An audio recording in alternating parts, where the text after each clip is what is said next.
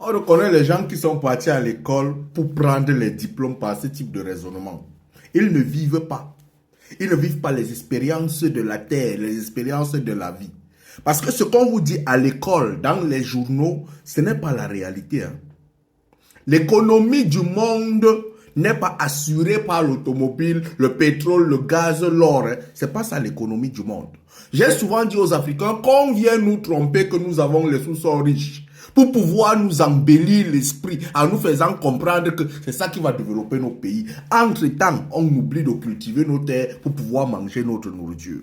Le corona est venu nous enseigner quelque chose.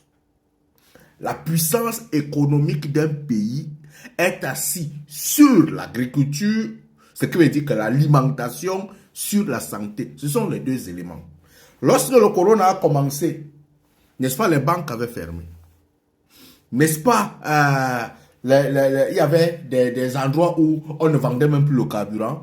N'est-ce pas, les systèmes de transport étaient presque en arrêt. N'est-ce pas, les aéroports étaient fermés. N'est-ce pas, les boutiques qui vendaient l'or, qui vendaient ceci, c'était fermé. Oui, les boulangeries étaient fermées. Les restaurants, là où on pouvait acheter la nourriture, les boutiques, là où on pouvait chercher de quoi manger, c'était fermé. Non. Les agriculteurs étaient fermés. Non. Ils partaient au champ, ils cultivaient. Les sociétés qui fabriquaient la nourriture tournaient. Et ces sociétés ont pu tenir pendant la période de corona à nourrir les gens. Les systèmes de santé fonctionnaient. Ce qui veut dire que le plus grand business est assis dans quoi? Dans des pharmacies, dans des hôpitaux. On ne vous le dit pas. On dit aux Africains le sous-sol, le sous-sol. C'est pour ça que je respecte Ibrahim Traoré. Parce qu'il a compris qu'il faudrait d'abord résoudre le problème de l'alimentation. Lorsqu'on vient dans un pays, on fait la guerre. La première des choses qu'on commence à les couper, on ferme les frontières pour qu'ils ne puissent pas avoir la nourriture. Mais entre-temps, ils ont les sous-sols, ils ont le pétrole, ils ont ceci. On peut leur envoyer ça. Mais la nourriture, lorsqu'ils n'ont pas de nourriture, ils ne vivent pas.